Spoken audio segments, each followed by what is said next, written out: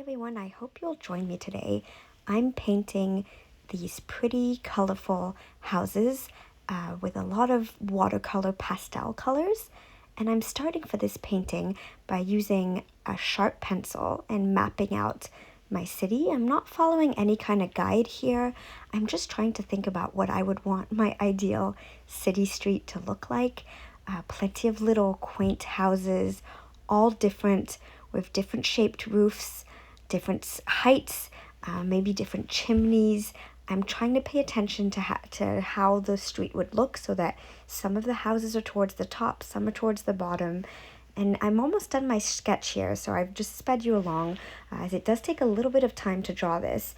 But once I'm done, I want to use an eraser to take away the thick pencil lines so that I'm working with some thinner lines so that they don't show through once I start painting, which is now.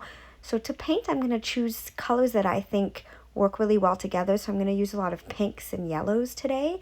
And I'm just using a thinner kind of iteration of my paint. So a puddle, obviously, a puddle of paint with quite a bit of water so that the color isn't too strong to begin with.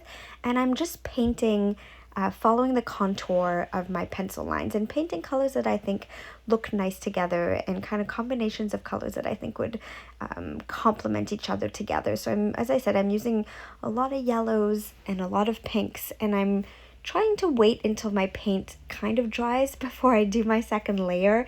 But if patience isn't your strong suit, this is just a doodle today. We're just having fun. So if you don't want to have it perfectly dry before you move on to the next part of the painting, then what you can do is kind of work house by house and maybe start with the facade of that house and paint that, and then while that's drying, maybe you move on to the facade of another house, and then you can come back to the roof of that first house and so on, so that your paint doesn't bleed too much into the next color.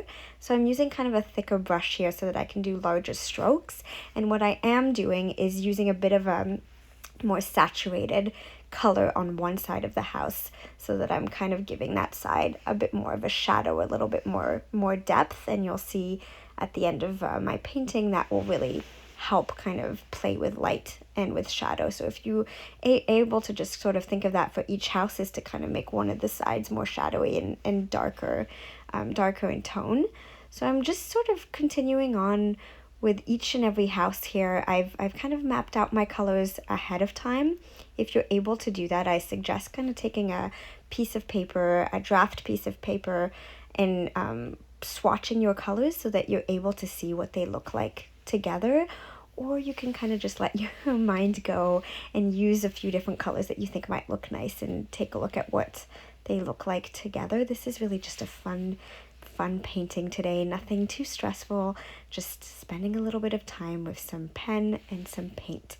I've moved on to a color here that's almost like a light purple, which I quite like. I think it makes the yellow stand out, and I'm just painting that roof, and now I'm moving on to another house. And for this painting, what I think I'm going to do once I'm done sort of using all of my colors for my houses, I'm going to actually really let it dry, because for that final step you do need your painting to be dry, and I'm going to use a pen and do some finer details over top with a pen. And I actually find that often that is a trick. If you're not happy with your watercolor painting, if you let it dry and then use a pen to add little bits and pieces, little details, fun little whimsical add-ons, it might actually make you really like the painting at the end.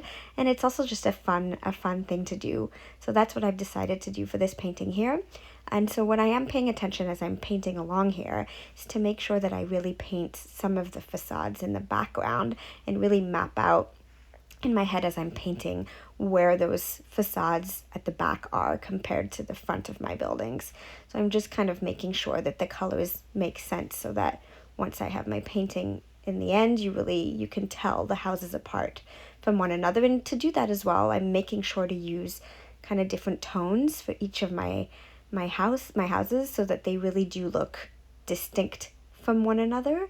and I think that really helps with the final look. So I'm onto another roof here. I'm using a kind of a gray with a little bit of touch of brown, so a darker roof for that house in the back there. And I'm following kind of what I explained at the beginning, kind of doing a shadow on the left hand side with a bit of darker pigment to create that shadow. And I think I'm going to move on now and continue painting the rest of my houses. So I'm moving on to the facade of this house, and I'm using kind of an ochre type of color on the bottom to make the facade here. And then once all of this is dry, as I said, I'm going to add in the details, and those are going to be the windows, and the kind of the finer detailing, the tiles on the roof, and all the kind of fun little details that will bring this painting to life. These details actually look really, really nice in the finished product. And the reason why I already know this is because I made this painting in my sketchbook and really liked it. So I decided that I would take it to a piece of paper so that maybe I can frame it or gift it to someone. And as you see here, I was a little impatient, and I didn't wait for the house on the left of this one that I'm painting dry. And so the paint bled in to the house on the left hand side, and I'm just going to show you how I'm going to fix that. So I'm going to blot it a little bit with some paper, which helps a little bit, but then I'm going to take a really wet brush with no pigment at all, just wet, and I'm going to carry that pigment over to the next house until you don't see that I made that little mistake. And that's an easy tip to do if that ever does happen to you for this painting or any other one, frankly. The only tip is to really make sure that your brush is nice and wet, but also that the rest of your painting hasn't dried. So this is something that you want to do while everything is still wet, otherwise it won't work. But if you do carry the pigment that way, as you can tell now, you can't tell that happened. So don't stress it. If it happens on one of your painting, it's really, really easy to fix. I'm moving on to this facade now. I'm kind of taking a look at my colors, and I'm kind of happy with the pinks, with a little bit of blue and the strong presence of yellow. This makes me think of, there's a street in London that has colorful houses like this, and that makes me sort of think of that. If you've seen the movie Paddington, the street in the Paddington movie kind of looks like that. And there are quite a few other cities, European cities I'm thinking, that have those kinds of colors in some of their prettiest streets. And that's sort of the effect that I'm going for right now. And I'm using, to finish off this house, a much darker pink. I think it will help the lighter pinks kind of pop in the other areas of the painting, and kind of playing with those tones. So I did map out myself those colors before I started, the pinks, the yellows, the blues, and made sure that I liked how they all fit together. But you can make this painting with any kind of color, of course. And if you do make it, I would love for you to show me what it looks like. If you found inspiration and then obviously made it your own, I would love to take a look. I'm finishing off with this last roof here, and I'm using a green color. And I've used kind of a scallop detailing, which you'll see at the bottom of that roof that I had just kind of penciled in rather. And I'm just kind of using the very tip of my brush to do that detailing. And now I'm moving on to my last facade, another kind of ochre-y color. So if you look at most of my facades, that's kind of the color I went for in varying tones. And then the roofs all have kind of different colors to bring it all together. So now what I'm doing is I'm kind of looking at my painting, taking a step back, and kind of seeing if there are any colors that I want to finesse. So I might want to make some of the roofs maybe a little bit darker, think about where my shadows would lie and how I can kind of make those stand out. And now I'm going to move on to what I find is the fun part for this kind of painting, and that's the details. So I'm using a much, much thinner brush, dipped in black paint, highly saturated, and I'm going to add in my little details. So I'm starting with a little kind of square roof that I had mapped out here on the top of one of my first houses, and kind of working on, what that roof might look like and finessing it that way.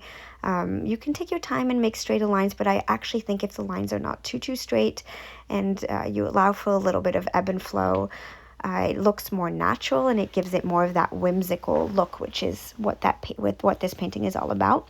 So I'm watching to make kind of different kind of shapes for my different chimneys here on my roofs, and going from house to house. and mapping out what those might look like. And I think it's really starting to take shape if you're painting along with me here. Tell me what you think when you look at your painting. I think that once you start really adding these details, it really starts to look like a vibrant city, and that's the part I always get really excited about and the part that I really like painting the most.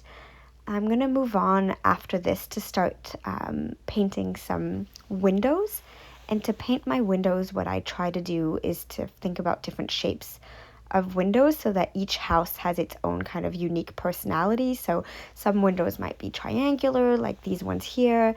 Some windows might be round, some might be oval, some might be straight on squares, some might have many windows, some might have very few windows. So you just have to kind of look at your painting and think of every house as its own kind of element and try to make every house look as different as you can. Using your paintbrush, you can also make some of the sides of those windows a little thicker. If some of the sides look a little thicker and some look a little thinner, it really helps kind of give a more whimsical, kind of hand-painted look. You really don't want something that looks uniform or geometric in any way, which is actually, I think, kind of freeing, because you're not trying to paint something that looks perfect in any way. In fact, you're trying to do the exact opposite. And to me, that's one of the most freeing elements of painting, is that you don't want things to look perfect.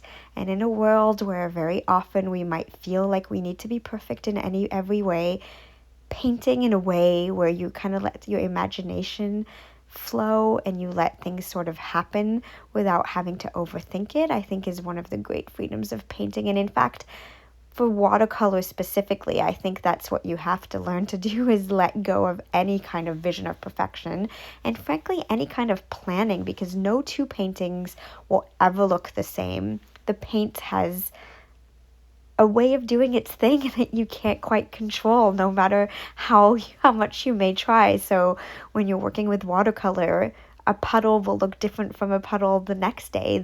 The color will look slightly different. The water will travel slightly differently.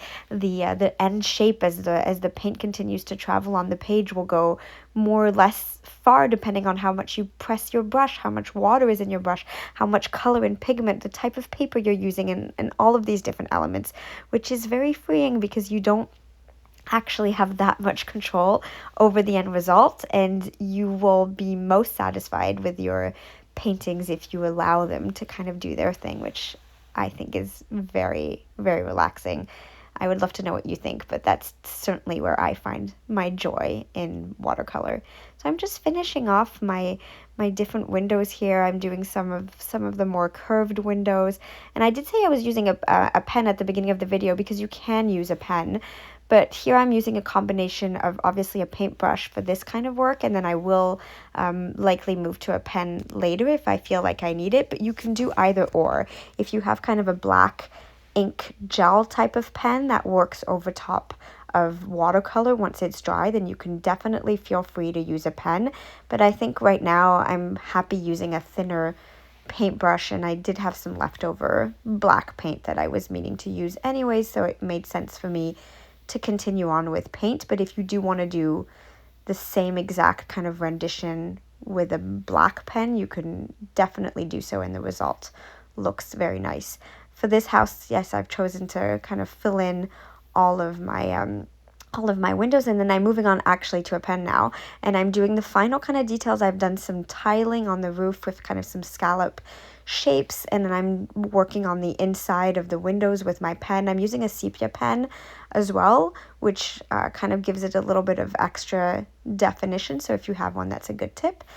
And that's it. I'm just finishing some scalloping on this last house here. All my roofs are done, and we're ready. We're done. If you liked this video, please let me know and give me a like or a comment down below, and consider subscribing if you would like to see more videos like this one.